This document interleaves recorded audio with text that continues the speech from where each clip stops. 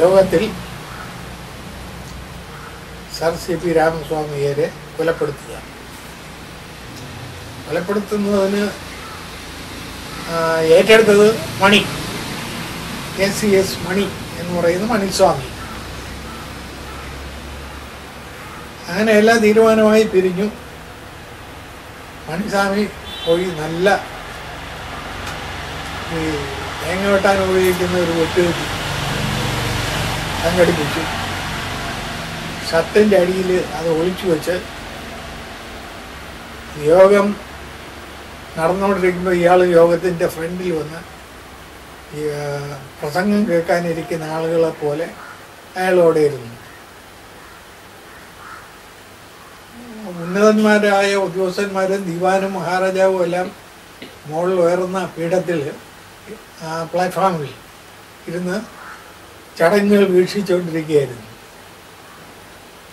ഉടനെ ഈ ചടങ്ങ് കഴിഞ്ഞ് അതിൻ്റെ ഉദ്ഘാടനം കഴിഞ്ഞ ഉടനെ മഹാരാജാവ് തിരിച്ച് കൊട്ടാരത്തിലേക്ക് പോകാൻ എഴുന്നള്ളാൻ ഇറങ്ങി. മഹാരാജാവ് എഴുന്നള്ളാൻ ഇറങ്ങിയപ്പോൾ ഉന്നതരായ ഉദ്യോഗസ്ഥന്മാരായ ദിവാൻജി പിന്നെ അതിന് താഴോട്ടുള്ള ഉദ്യോഗസ്ഥന്മാരുമില്ല മഹാരാജാവിൻ്റെ കൂടെ പോകാനല്ല യാത്ര അയക്കാൻ താഴോട്ടിറങ്ങി. താഴോട്ടിറങ്ങി മഹാരാജാവ് പോയി കാറിൽ കയറി അങ്ങ് പോയി കഴിഞ്ഞ് ദിവാൻ സർ CP രാമസ്വാമിയർ മടങ്ങി വന്ന് പ്ലാറ്റ്ഫോമിലേക്ക് കയറാൻ ഇങ്ങനെ തുടങ്ങുന്നത് പെട്ടെന്ന് കത്തിക്കൊണ്ടിരുന്ന ഇലക്ട്രിക് ബൾബ് അണഞ്ഞു.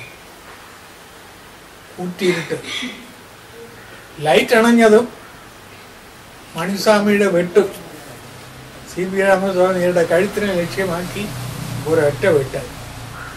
പക്ഷേ ദുർഭാഗ്യത്തിന് അല്ലെങ്കിൽ സ്വാമിയുടെ നല്ല കാലത്തിന് വെട്ട് പിഴച്ചു.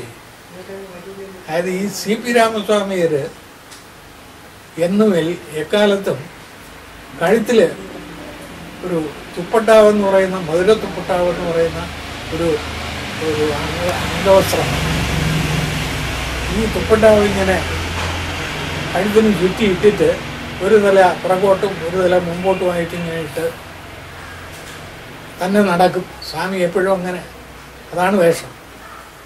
അപ്പം കഴുത്തിലിങ്ങനെ ചുറ്റിയിട്ടിരുന്ന മധുരത്തുപ്പട്ടാവ് പട്ടിൽ നെയ്തെടുത്തതാണ്, പട്ടാണ്. അതിങ്ങനെ കഴുത്തിൽ ചുറ്റിയിട്ടിരുന്നു. മണിസ്വാമി ഈ കിടക്കുന്ന കഴുത്തിൽ ചുറ്റിയിട്ടിരിക്കുന്നതിനെ ഒന്നും നോക്കില്ല. ലൈറ്റ് അണഞ്ഞതും വെട്ടി, ആഞ്ഞു വെട്ടിയ വെട്ട് ഈ ഇതുണ്ടല്ലോ കഴുത്തിൽ കിടക്കുന്ന തുപ്പട്ടാവ് അതിൽ തട്ടി ചരക്കിപ്പോയി. അത് കാട്ടണല്ല, സിൽക്ക് പോലെ ഇരിക്കും, അതിൽ തട്ടി ചിറക്കിപ്പോയി. ഇറക്കിയപ്പോൾ ആദ്യത്തെ വെട്ട് വലിച്ചില്ല എന്ന് മനസ്സിലായപ്പോൾ ഇയാൾ രണ്ടാമതൊന്നുകൂടെ വെട്ടി. ആ വെട്ട് CP രാമസ്വാമിയുടെ ഒരു സൈഡിൽ കൂടെയാണ് പോയത്. ചെവിയുടെ കുറേ ഭാഗം മുറിഞ്ഞു, മൂക്കിൻ്റെ കുറേ ഭാഗം പോയി, കവിളിൽ മാരകമായ ഒരു മുറിവും ഉണ്ടാക്കി. ആ ഒരു വെട്ടിൽ കുറേ പരിക്കുകളൊക്കെ അയാൾക്ക് പറ്റി. പക്ഷേ മരണത്തിന് ഹേതുവായ വെട്ട് അയാൾക്ക് കിട്ടിയില്ല. അപ്പോൾ ഇതിനിടയ്ക്ക് ആളുകളെല്ലാം കൂട്ട നിലവിളിയും ഓട്ടവും ഒരു ബഹളവും. അപ്പം വെട്ടിയ മണി വെട്ടുകത്തി അവിടെ എറിഞ്ഞിട്ട് ആളുകളുടെ ഇടയ്ക്ക് ഇയാളും കൂടെ കയറി. കൂടെ വെച്ച് പിടിക്കാൻ പറ്റിയില്ല. അയാൾ ആളുകളുടെ ഇടയ്ക്ക് കൂടെ മുടഞ്ഞു പോയി മറുവശത്ത് കാമ്പൗണ്ട് വാളിൽ കൂടെ വെളിയിൽ ചാടി. ആ വെളിയിൽ ചാടി കഴിഞ്ഞാൽ പിന്നെ അങ്ങോട്ടുള്ളത് തമ്പാനൂരേക്കുള്ള റോഡാണ്. ആ റോഡെ ഓടി തമ്പാനൂർ റെയിൽവേ സ്റ്റേഷൻ്റെ അവിടെ ചെന്നിട്ട് റെയിൽവേ ട്രാക്കിൽ ഇറങ്ങി. ഇതൊക്കെ പിൽക്കാലത്ത് പിന്നെ അന്ന് എന്തൊക്കെയാണ് സംഭവിച്ചതെന്ന് വിവരിച്ചുകൊണ്ടുള്ള പുസ്തകങ്ങളൊക്കെ വെളിയിൽ വന്നപ്പോഴാണ് ആളുകൾ അറിയുന്നത്. റെയിൽവേ ട്രാക്കിൽ കൂടെ ഓടി മണി ഓടിയപ്പോൾ ഇയാളെ സംരക്ഷണത്തിന് വേണ്ടി ഒരു ടീമിനെ ആക്കിയിരുന്നു. അവരിൽ 1-2 പേര് ഇയാളെ കൂടെ പറ്റി ഓടി, നിർത്താതെ ഓടി. അപ്പോൾ ഇതിനിടയ്ക്ക് കൂടെ ഞാനന്ന് കോളേജിൽ പഠിച്ചുകൊണ്ടിരിക്കുകയാണ്. പട്ടത്തൊരു വീട്ടിൽ വാടകയ്ക്ക് ഒരു വീടെടുത്ത് അവിടെ താമസിച്ച് പഠിച്ചുകൊണ്ടിരിക്കുന്ന സമയത്താണ് ഈ സംഭവം. അപ്പോൾ പിറ്റേ ദിവസം എക്സാമിനേഷൻ ആയതുകൊണ്ട് രാത്രി കുറേ ഇരുട്ടുന്നത് വരെ ഇരുന്ന് വായിച്ചുകൊണ്ടിരിക്കുകയായിരുന്നു. ഞങ്ങൾ 3-4 വിദ്യാർത്ഥികളുണ്ടായിരുന്നു, എൻ്റെ കൂട്ടുകാർ 1-2 പേരും. ഇനി ഈ വായിച്ചുകൊണ്ടിരിക്കുമ്പോൾ അസാധാരണമായ രീതിയിൽ റോഡിൽ കൂടെ കുതിരയുടെ കുളമ്പടി ശബ്ദം ഞങ്ങൾ കേട്ടു. സാധാരണ പതിവുള്ളതല്ല അത്. ഒരു 10 മണി കഴിഞ്ഞ് ശാന്തമാണ്, റോഡ് വിജനമാണ്. ഈ കുളമ്പടി ശബ്ദം കേട്ടോണ്ട് ഞങ്ങൾ വന്ന് ഗേറ്റ് തുറന്ന് ഗേറ്റിൻ്റെ പുറത്തിറങ്ങിയപ്പോൾ ഒരു 3-4 കുതിര, അതിൻ്റെ കുതിരയുടെ പുറത്ത് കുതിരപ്പട്ടാളക്കാരും ഉണ്ട്. കേശവദാസപുരത്തേക്ക് കുതിര ഓടിച്ചു പോകുന്നതാണ് കണ്ടത്. എന്താണ് സംഭവം എന്നുള്ളത് നമുക്കറിഞ്ഞുക. നമ്മൾ ഏതായാലും എന്തോ ഗുരുതരമായ പ്രശ്നമുണ്ടെന്ന് മാത്രം അപ്പോഴും മനസ്സിലാക്കിയിട്ട് ഞങ്ങൾ ഗേറ്റിൻ്റെ അകത്ത് കയറിയപ്പോൾ അപ്പുറത്തും ഇപ്പുറത്തും ഒക്കെ ഉള്ള വീട്ടിൽ ഉള്ളവരെല്ലാം ഇതുപോലെ ഇറങ്ങി വന്നിട്ട് എന്താണ് സംഭവം നമ്മളുടെ ചോദ്യം. ഞങ്ങൾ പറയും നിങ്ങളെപ്പോലെ കാര്യം എന്തിനാണെന്ന് പറഞ്ഞത്. ഏതായാലും കാട്ടുതീ പോലെ ഈ രാമസ്വാമിയെ വെട്ടി എന്നുള്ള ന്യൂസ് പട്ടണം മുഴുവൻ പരന്നു. കുറച്ച് കഴിഞ്ഞാൽ നമുക്കും വിവരം കിട്ടി. സി പി രാമസ്വാമിയെ വെട്ടി എന്ന് മാത്രമല്ല, സി പി രാമസ്വാമിയെ വെട്ടിക്കൊന്നു എന്നാണ് ആദ്യം വെളിയിൽ വന്ന ന്യൂസ്. അപ്പോൾ സി പി രാമസ്വാമിയുടെ ഈ മുറിവും ഒക്കെ ഉണ്ട്. അന്ന് ഇവിടെ മെഡിക്കൽ കോളേജ് ഹോസ്പിറ്റലൊന്നുമില്ല. സിറ്റിയിലുള്ള ഏറ്റവും വലിയ ഹോസ്പിറ്റൽ എന്ന് പറയുന്നത് ജനറൽ ഹോസ്പിറ്റൽ, അതാണ്. അവിടെ കൊണ്ടുചെന്നിട്ട് അന്ന് സർജൻ ആയിരുന്ന ഡോക്ടർ ആർ കേശവൻ നായർ, പിൽക്കാലത്ത് മെഡിക്കൽ കോളേജ് പ്രിൻസിപ്പൽ ആയിരുന്നു റിട്ടയർ ചെയ്ത ഡോക്ടർ ആർ കേശവൻ നായർ. കേശവൻ നായർ അന്ന് അവിടുത്തെ സൂപ്രണ്ടാണ്. ജനറൽ ഹോസ്പിറ്റലിൽ കൊണ്ടുപോയി കേശവൻ നായരാണ് ഫസ്റ്റ് എയ്ഡ് കൊടുത്തത്. കുത്തി കെട്ടേണ്ട സ്ഥലങ്ങളെല്ലാം കുത്തിക്കെട്ടി സി പി രാമസ്വാമിയെ കാറിൽ നേരെ അങ്ങേരുടെ വാസസ്ഥലമായ ഭക്തി വിലാസം, ഇന്നത്തെ ആൾ ഇന്ത്യ റേഡിയോ ഇട്ടിരിക്കുന്ന കെട്ടിടം, അതാണ് ഭക്തി വിലാസം. അവിടെയാണ് ദീപാൻ താമസിച്ചിരുന്നത്. കെട്ടിടത്തിലേക്ക് കൊണ്ടുപോയി. അവിടെ പോയി അതിനകത്ത് കയറിയതിന് ശേഷം പിന്നെ സർ സി രാമസ്വാമിയെ ആരും കണ്ടിട്ടില്ല. ആരെ കാണാനും അകത്ത് കൂടിയില്ല. അങ്ങനെ പുറത്ത് ഒരു കാര്യത്തിനും ഇറങ്ങാറുമില്ല. ഒരാഴ്ച അതിനകത്ത് ഇങ്ങനെ കഴിഞ്ഞു. അപ്പോൾ ഡോക്ടർമാർ മാത്രം അകത്ത് പോവും, ഡ്രസ്സ് ചെയ്യും, ഇഞ്ചക്ഷനാവില്ല കൊടുക്കാനൊക്കെ കൊടുക്കും, തിരിച്ചു പോകും. ഇങ്ങനെ ഒരാഴ്ച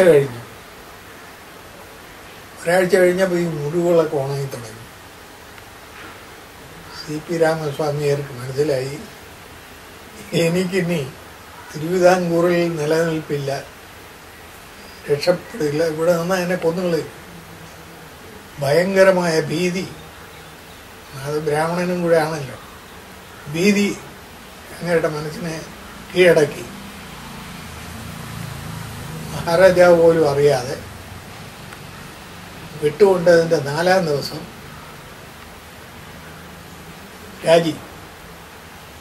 ദിവാൻ പദത്തിൽ നിന്ന് രാജിവെച്ചുകൊണ്ടുള്ള കത്ത് തയ്യാറാക്കി. പക്ഷേ സ്വാമി വളരെ ബുദ്ധിമാനായിരുന്നു. അതുകൊണ്ട് എന്ത് ചെയ്യുന്നറിയാം, തയ്യാറാക്കിയ രാജിക്കത്ത് കയ്യിൽ വെച്ചുകൊണ്ട് ഇവിടുന്ന് മദ്രാസിലേക്ക് പോകാനുള്ള യാത്രയ്ക്കുള്ള എല്ലാ ഏർപ്പാടും ചെയ്ത് അംഗരക്ഷകരായ പട്ടാളക്കാരെ, പട്ടാളം തിരുവിതാംകൂറിൻ്റെ പോലെ പട്ടാളമാണ്, ഇന്ത്യൻ ആർമി എന്ന് പറയുന്ന ആ സേനാ വ്യൂഹത്തിൽ തിരുവിതാംകൂർ പട്ടാളം ഇല്ല. ഈ സ്റ്റേറ്റിന് പ്രത്യേകമായ പട്ടാളമുണ്ട് പാങ്ങോട്ട്. അവിടെ നിന്ന് ഒരു സെറ്റ് പട്ടാളക്കാരെയും കൂട്ടി കുതിരപ്പട്ടാളവും എല്ലാമായിട്ട് റോഡ് മാർഗമാണ്. ഈ സി പി രാമസ്വാമിയർ കാറിലും അകമ്പടി സേവിച്ചുകൊണ്ട് കുതിരപ്പട്ടാളവും ഒക്കെ ആയിട്ട് പോയി.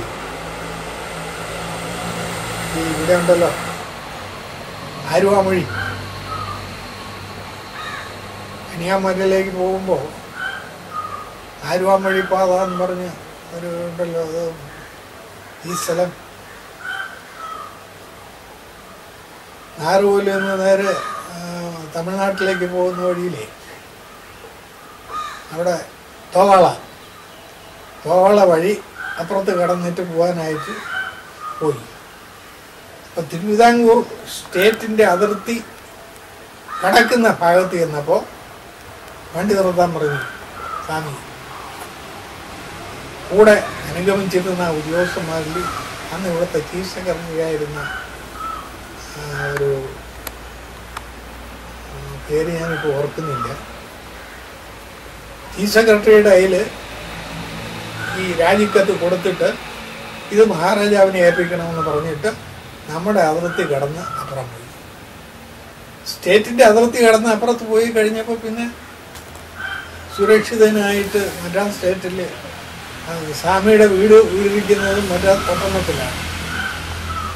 അപ്പോൾ ആ മദ്രാസ് എന്ന് പറയുന്നത് അങ്ങനെയുടെ സംസ്ഥാനമാണ്. അവിടെ സുരക്ഷിതമായ രീതിയിൽ എത്താൻ എന്നുള്ള ഉറപ്പ് കിട്ടിയപ്പോൾ മറ്റുള്ളവരെല്ലാം മടങ്ങി പോരാൻ പറഞ്ഞിട്ട് രാജിക്കത്ത് ചീഫ് സെക്രട്ടറിയുടെ ഏൽപ്പിച്ചിട്ട് രാമസ്വാമിയെ നേരെ തിരുവിതാംകൂറിൽ നിന്ന് വിടവാങ്ങി സ്വന്തം തട്ടകമായ മദ്രാസിലേക്ക് അങ്ങ് യാത്രയായി. അതുതന്നെയാണ് സ്വാമിയുടെ ഇവിടുത്തെ ഭരണത്തിൻ്റെ അവസാനം.